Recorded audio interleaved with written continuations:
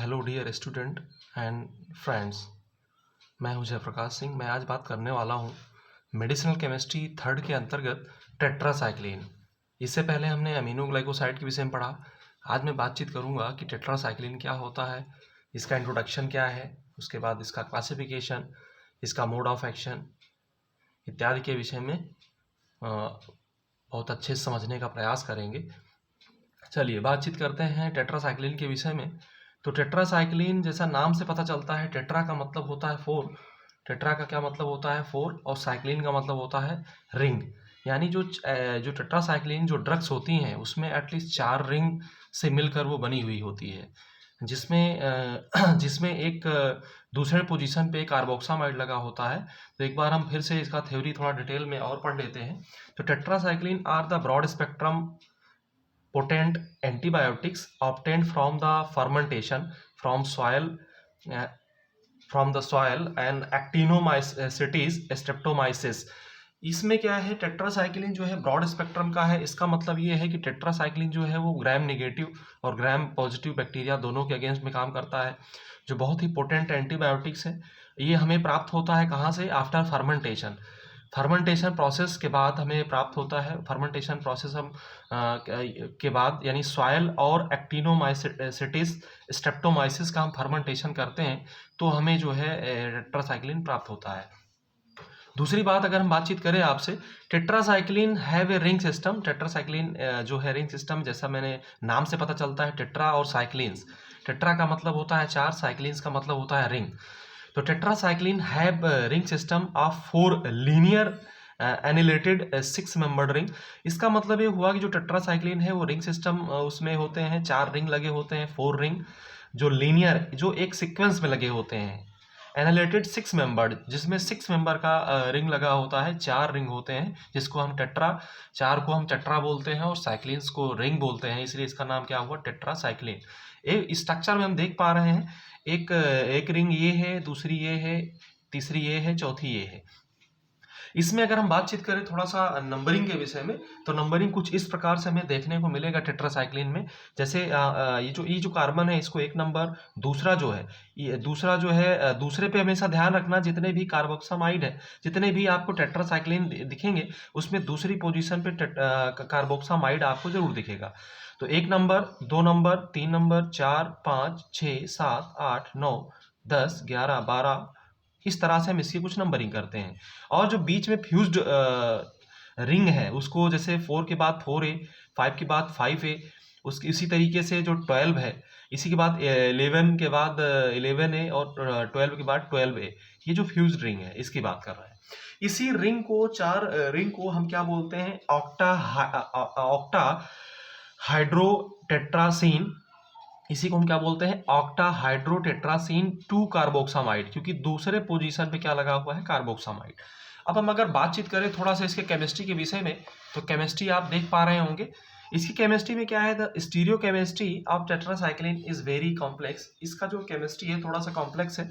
एक कार्बन जो है, carbon at 4 and 4A, 5 and 5A, 6 and 12A are potentially chiral depending upon the substitution. ये जो 4 और 4A, 5 और 5A, 6 एंड 12A की बात हो रही है, इसमें क्या है, जब आप सब्स्टिट्यूशन करेंगे कोई भी फंक्शनल ग्रुप या वहाँ पे हाइड्रोक्सिल ग्रुप या कीटोन ग्रुप जब आप वहाँ पे लगाएंगे तो क्या होगा? आपको वहाँ पे किराल कार्बन देखने को मिलेगा। Oxytetracycline and deoxycycline have a 5 hydroxyl substitution. यानी जो 2 ड्रग है ऑक्सीटेट्रासाइक्लिन और डीऑक्सीटेट्रासाइक्लिन, इसमें क्या है, आपको 5 सब्स्टिट्यूशन जब हाइड्रोक्सियल ग्रुप से करेंगे तो इसमें आपको 6 किराल सेंटर्स देखने को मिलेगा। बाकी सारे ड्रग्स में आपको 5 ही किराल सेंटर देखने को मिलेंगे। ये एक छोटा सा इंट्रोडक्शन है। और अब मैं आगे बातचीत करूं थोड़ा सा, और स्ट्रक्चर की बात करें, थोड़ा सा स्ट्रक्चर देख लेते हैं। आप स्ट्रक्चर में देख लीजिए, ये एक जनरल टेट्रासाइक्लिन का स्ट्रक्चर है जो आप देख पा रहे होंगे। इसमें क्या है, इसमें बेसिकली हमने 4 रिंग है, 4 रिंग में बराबर सभी पे फंक्शनल ग्रुप लगे हुए हैं। इसमें आप देख पा रहे हैं जो रिंग ए है, ये बी है, ये सी है, डी है। तो बेसिकली नंबरिंग जैसा अभी पीछे मैंने स्ट्रक्चर में किया वैसे ही नंबरिंग इसकी है। बस ध्यान ये रखना है कि इसमें जो 4 नंबर है, 4 नंबर पे एक क्वाटनरी जो है जो इसमें अमोनियम है, अमोनियम कैटायन लगा हुआ है, जो टर्सरी एमीन है। इसमें क्या है, हम क्या कर सकते हैं कि जो क्वाटनरी एमीन है इसमें हम क्या करेंगे कि आप देख पा रहे हैं 4, 5 एंड 6 एंड 7, 8, 9, 10, 11, 12। बेसिकली जो है इसमें आप देख पा रहे हैं तीन इसमें फेजेस हैं। 3 फेज का मतलब ये हुआ जहां पे ये अमोनियम साल्ट है, जहां पे ये अमोनियम कैटायन लगा हुआ है, ये 4 पोजीशन पे। ये क्या है, अमोनियम कैटायन मोइटी, इसका पीके होता है 9.1 टू 9.7। ये क्या है, स्ट्रॉन्ग एल्कलाइन पार्ट है। ये जो पार्ट 4 नंबर पे जो लगा हुआ है, जो सब्स्टिट्यूशन हुआ है, इस पे आप देख पा रहे हैं ये बहुत ही एल्कलाइन पार्ट है, वेरी स्ट्रॉन्ग एल्कलाइन पार्ट है। इसी के साथ हम ये देख पा रहे हैं कि जो हमारा ये पहली रिंग है, जो पहली रिंग है इसमें क्या है, जो दूसरे नंबर पे कार्बोक्सामाइड लगा हुआ है, जो इसमें क्या है, इसमें कार्बोक्सामाइड में आप देख पा रहे हैं एक इसके बीच में 2 कीटोन ग्रुप है, एक हाइड्रोक्सिल ग्रुप है, कॉन्जुगेटेड ट्राइओन्स है सिस्टम। इसी को हम क्या बोलते हैं, कॉन्जुगेटेड ट्राइओन सिस्टम, जिसका पीके होता है 2.8 टू 3.4, एसिडिक इन नेचर का। ये जो मॉइटी आपको देख पा रहे हैं ये पूरी तरह से एसिडिक इन नेचर का होता है। दूसरा क्या है, तीसरा पार्ट तीसरा पार्ट ये है कि जो तीसरी रिंग है, तीसरी रिंग में कंप्लीट चीज आप देख पा रहे हैं, ये पूरा जो है conjugated phenolic diketone system है, क्योंकि इसमें आपको फिनॉल देखने को मिल रहा है, कीटोन सिस्टम देखने को मिल रहा है, उसके बाद फिनॉल फिर से मिल रहा है। और भी जो R1 R2 पोजीशन है इसमें भी आपको कहीं ना कहीं हाइड्रोक्सिल ग्रुप या डिफरेंट टाइप के जब आप इसमें ड्रग्स पढ़ेंगे इससे रिलेटेड, तो उसमें आपको फंक्शनल ग्रुप चेंज मिलेंगे। तो ये क्या है, जो ये पार्ट है पूरा, ये conjugated phenol diketone system है, जिसका पीके क्या है 7.2 टू 7.8। स्लाइटली अल्कलाइन है, इसका मतलब ये हुआ पूरा जो टेट्रासाइक्लिन का स्ट्रक्चर है उसमें आप देख पा रहे हैं कि एक पार्ट जो है, ये पार्ट जो है स्लाइटली अल्कलाइन है, ये पार्ट जो है ये एसिडिक इन नेचर का है, और ये तीसरा पार्ट जो है ये स्ट्रॉन्ग अल्कलाइन है। तो इसी के साथ हम इसको देख और अच्छे से समझने की कोशिश करेंगे और समझेंगे। Tetracycline are the amphoteric compound. Tetracycline क्या है, एम्फोटेरिक कंपाउंड है, जो वाटर के साथ या आप ये कह सकते हैं कि एसिड या बेस के साथ इंटरैक्ट करके एक साल्ट का फॉर्मेशन करता है, एंड साल्ट का फॉर्मेशन करता है। दूसरी चीज क्या है, ये अपना जो एक्टिविटी है वो भी खो देता है। साल्ट का फॉर्मेशन तो करता है, लेकिन क्या करता है, ये अपनी एक्टिविटी को डिक्रीज करता है। क्या होता है, जो ये आफ्टर जब ये एसिड और बेस के साथ जो है इंटरैक्ट करता है या इसका एपीमराइजेशन होता है, तो क्या होता है, ये जो है इनएक्टिव फॉर्म में कन्वर्ट हो जाता है। तो ध्यान से देखिएगा।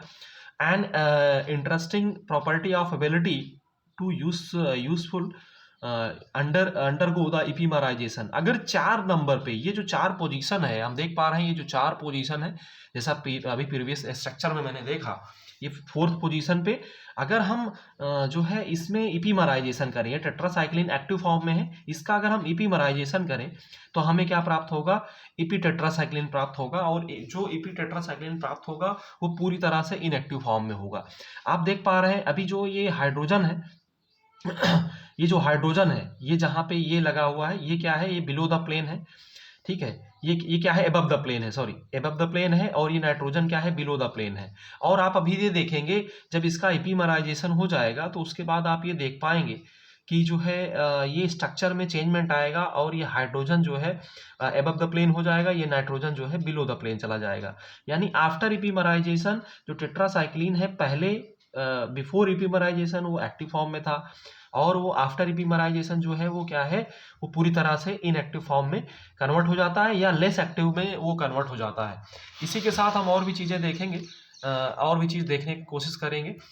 इसका केमिकल डिग्रेडेशन कैसे होता है, हम ये बातचीत करेंगे केमिकल डिग्रेडेशन कैसे होता है। तो स्ट्रॉन्ग एसिड एंड बेस के प्रेजेंस में जो स्ट्रॉन्ग एसिड होता है और जो बेस होता है वो क्या करता है, अटैक करता है ऑन द टेट्रासाइक्लिन। टेट्रासाइक्लिन के स्ट्रक्चर पे अटैक करता है। कहाँ पे करेगा वो मैं भी आपको बताऊंगा। Which possess on the OH group at C6।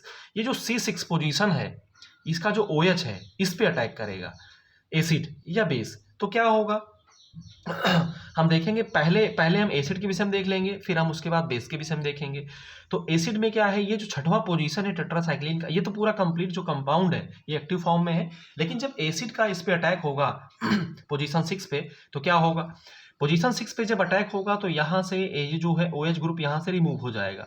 और जब OH ग्रुप रिमूव होगा तो क्या होगा कि यहाँ पे इनसाइड एक बॉन्ड आ जाएगा, और बॉन्ड के साथ जो है यहाँ पे बॉन्ड आ जाएगा, और बॉन्ड आ जाएगा, फिर ये जो कीटोन है ये कन्वर्ट हो जाएगा अल्कोहल में।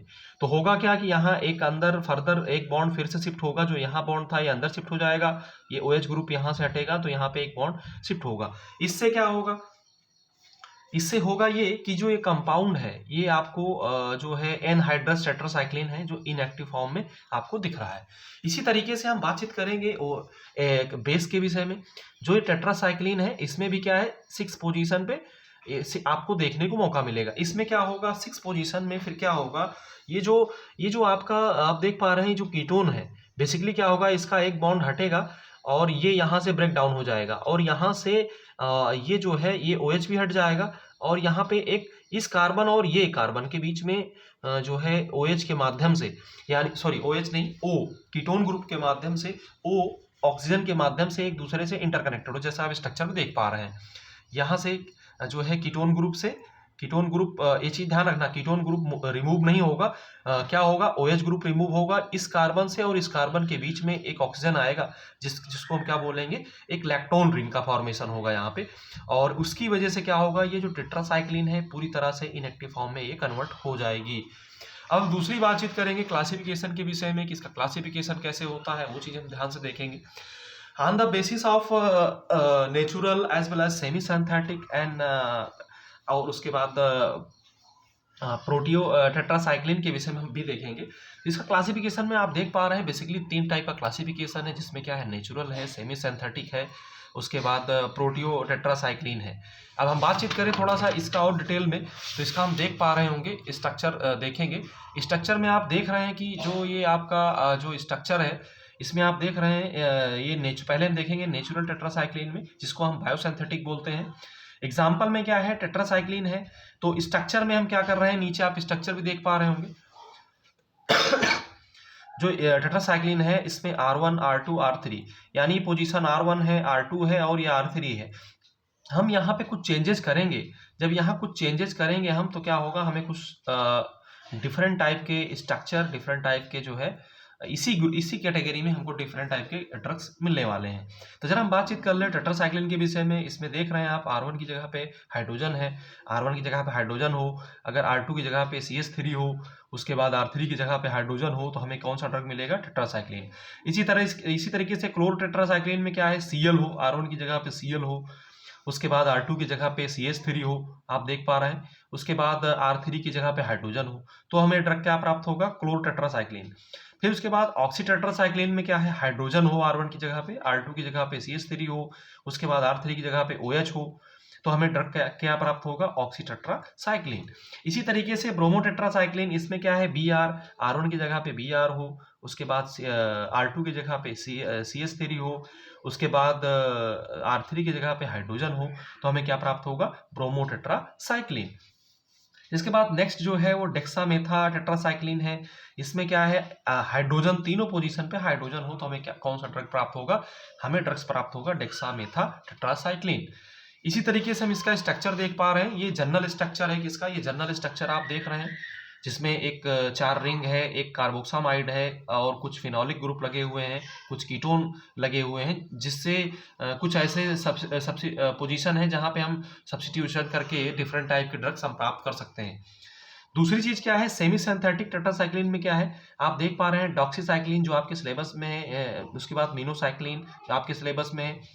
तो इसमें क्या है, डॉक्सीसाइक्लिन में क्या है, OH R1 की जगह पे OH, R2 की जगह पे H, R3 की जगह पे CH3, R4 की जगह पे H। तो ये पोजीशन क्या है, ये पोजीशन है, उसके बाद R3, R4, उससे पहले R2। तो आप देख पा रहे हैं इस पर डिफरेंट टाइप के ग्रुप्स आप लगाएंगे तो आपको डिफरेंट टाइप की कैटेगरी की ड्रग्स, यानी इसी सेम कैटेगरी की आपको डिफरेंट ड्रग्स प्राप्त होगी। जैसे डॉक्सीसाइक्लिन में OH लगाएंगे हम R1 की जगह पे, R2 की जगह पे H लगाएंगे, CH3 की जगह पे R3 की जगह आप CH3 लगाएंगे, R4 की जगह पे हाइड्रोजन लगाएंगे तो हमें डॉक्सीसाइक्लिन प्राप्त होगा। इसी तरीके से हम क्या करेंगे, मीनोसाइक्लिन जो है वहाँ पे हाइड्रोजन लगाएंगे R1 पे, R2 पे H लगाएंगे, R3 पे H लगाएंगे, R4 पे जो है एक एमीन ग्रुप का हम जो है फंक्शनल ग्रुप लगाएंगे, यानी एमीन ग्रुप का एक मॉलिक्यूल हम लगाएंगे, जिससे जो है फोर्थ पोजीशन पे ये 4 पे जिससे हमें डिफरेंट टाइप के ड्रग्स यानी मीनोसाइक्लिन प्राप्त होगा। मेथासाइक्लिन में OH ग्रुप लगाएंगे। और दूसरी बात जो है, जो R2 पे अगर हम डबल बॉन्ड के साथ CH2 लगाते हैं तो R3 पे कोई भी, क्योंकि इसी 2 बॉन्ड से कंप्लीट हो जाता है इसका बैलेंसी, तो यहाँ पे कोई भी फंक्शनल ग्रुप नहीं लगेगा। R4 पे हाइड्रोजन लगाएंगे। इसी तरह से माइक्लोसाइक्लिन में OH लगाएंगे, R1 की जगह पे, R2 की जगह पे हम लगाएंगे जो है आपका CH2 डबल बॉन्ड के साथ, R3 की जगह पे हाइड्रोजन लगाएंगे, और उसके बाद क्या है, R4 की जगह पे हाइड्रोजन हम लगाएंगे। ये चीज ध्यान रखना, मीनोसाइक्लिन में CH2 R3 की जगह पे कुछ भी नहीं लगेगा इस 2 पोजीशन में, इस 2 पे R3 पे आप ध्यान से देखिएगा, क्योंकि यहाँ पे मिथाइलिन ग्रुप हम लगाएंगे जब, तो ये कंप्लीट हो जाता है यहाँ का बैलेंसी।